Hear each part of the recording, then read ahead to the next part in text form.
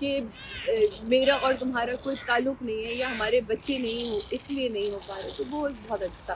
میں یہاں ضرور مینشن کروں گی لیلا واسطی کا کام مجھے بہت بہت ہی کمال ایکٹنگ انہوں نے کی، جہاں کتنی معصوم قوم ہے، آپ یہ دیکھیں کہ اسٹل اب تک انہیں یہ لگ رہا ہے کہ اس کے اوپر یا تو کوئی آسیب ہے یا کوئی سایہ ہو گیا ہے جب سے یہ آئی ہے، یہ ایسی اس طرح رو رہی ہے، تو وہ ابھی بھی نہیں سمجھ پا رہے، سوائے ماموں کو ہنٹ ہے کہ کیا ہوا۔ ماموں کہتے ہیں بین بھائی دیکھو آصف کا ہم ابھی اسے مار رہے ہیں، ابھی ہم اسے ڈانٹ رہے ہیں، اسے تڑپا رہے تاکہ وہ سچ بولے۔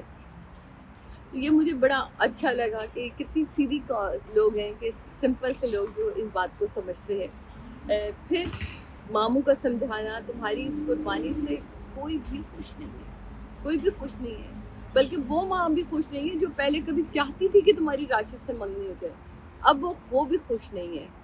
تو وہ جو سین تھا وہ بڑا پاورفل سین تھا اور بڑا خوبصورت سین تھا۔ اینڈ اگین مجھے یہاں رمشا ایک چیز لگی، آپ جیسے پہلے اپنے والد صاحب کی شرٹیں اور شلواروں کے اوپر وہ شرٹیں پہنتی تھی، وہ بڑا ہی حسین لگ رہا تھا، ایک دم صاف شلوار قمیض دوپٹے میں آ گئی، تو وہ ایک کیریکٹر کا جو چینج آنا ہے وہ تھوڑا سا کھٹکا ہے ہمیں، لیکن وہ مجھے بہت پیارا لگ رہا تھا جب تک آپ نے وہ رکھا تھا، تو بہت اچھا تھا۔ پلیز اگر اس کی ریکارڈنگ نہیں کمپلیٹ ہوئی تو ضرور کریں۔ اچھا، پھر وہ بڑے مزے سے ماموں جان، یہ میں نے بیچ میں سجیشن آپ کو دی تھی، وہ کہتے ہیں ہم تم سے ناراض نہیں ہیں، بس دوستی بھی نہیں ہے، ہم ناراض بھی نہیں ہیں، بس دوستی بھی نہیں ہے، سچ بولنے کی ہمت ہو تو میرے پاس آ جائیں، سچ بتانا اور ہم دوستی کر لیں گے۔ یہ ایک بڑا اچھا تھا۔ پھر ایک سین آتا ہے جہاں میرال اپنی ماں کے پاس آتا ہے، اینڈ میرال آ کے سچ بتاتا ہے، میرال کا سچ بتانا کہ میرا اور بانو کا کوئی تعلق نہیں ہے، نکاح کی بہت ہی خوبصورتی سے ماں کا پکڑ کے اس کو لے کے جانا، اور وہ کہتے ہیں مزے سے کہتی ہے کہ گل مہر کو میدان میں کھڑا کرتے کہ تم کہاں جا رہی ہو، رکو تم یہاں ہو، کہتی ہے نکاح کی پگڑی میں نے نہیں باندھی تھی بابا سے، تو اس لیے اب اس کی جواب دے میں نہیں۔ وہ بڑا ہی، لیکن بعد میں پتہ چلتا ہے کہ وہ تو خواب تھا، مجھے لگا کہ اب شاید بات حل ہونے والی ہے، لیکن وہ ایک خواب نکلتا ہے۔ ماموں لیلا واسطی کا سین بہت ہی خوبصورت، کیا معصومیت کہ اب تک جیسے میں نے آپ سے کہا کہ ان کو اپنے ہی لگتا ہے کہ تو کوئی چیز ہے کہ اس کے اوپر اثر کرے۔ گل مہر میں وہ ماں کہہ دیتی ہے نا کہ اب گل مہر جو ہے وہ تمہارے ساتھ کراچی جائے گی، تو وہ ایک تھا گل مہر اور اس کا رمضان کی بیٹی، اور اس میں کہ بڑا اچھا سین تھا کہ وہ جب وہ کہتی کہ اس کی اکلوتی بیٹی ہے، اس کا اکلوتا بیٹا ہے، تو ماں کہتی ہے میرا بھی تو اکلوتا بیٹا ہے۔ کچھ جملے ایسے ہوتے ہیں کہ جو بہت مختصر سے ہوتے ہیں لیکن وہ بہت بامعنی ہوتے ہیں، اور ان کے معنی آپ کے اندر کہیں جا کے لگتے ہیں۔ پھر اگین ریپیٹ سین، بہت ساری ایسی باتیں، لیکن یہاں ایپیسوڈ ختم ہوتا ہے، اور ایک جاندار ایپیسوڈ، 2 جاندار ایپیسوڈ، جہاں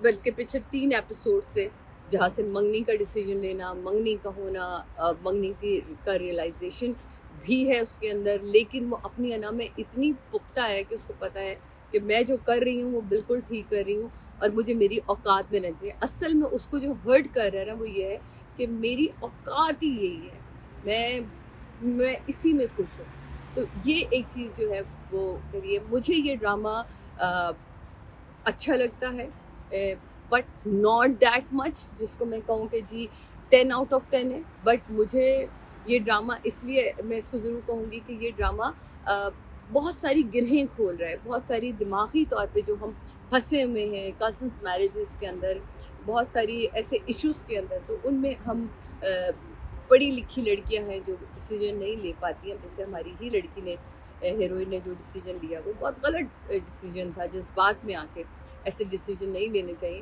تو بہت ساری ایسی چیزیں جو آپ کو سیکھنے کو ملتی ہیں، تو میں ضرور کہوں گی آپ ڈرامہ دیکھیں۔ میری طرف سے اس ڈرامے کو اگر میں مارکنگ دینے پر آؤں تو میرے لیے یہ ابھی 8 پہ کھڑا ہے۔ تو آپ لوگ اپنا بہت خیال رکھیے گا، کیپ واچنگ انڈسٹری وز سعدیہ امام، آپ کی سپورٹ کی ہمیں ہمیشہ ضرورت رہے گی۔ اللہ حافظ، اپنا بہت خیال رکھیے گا۔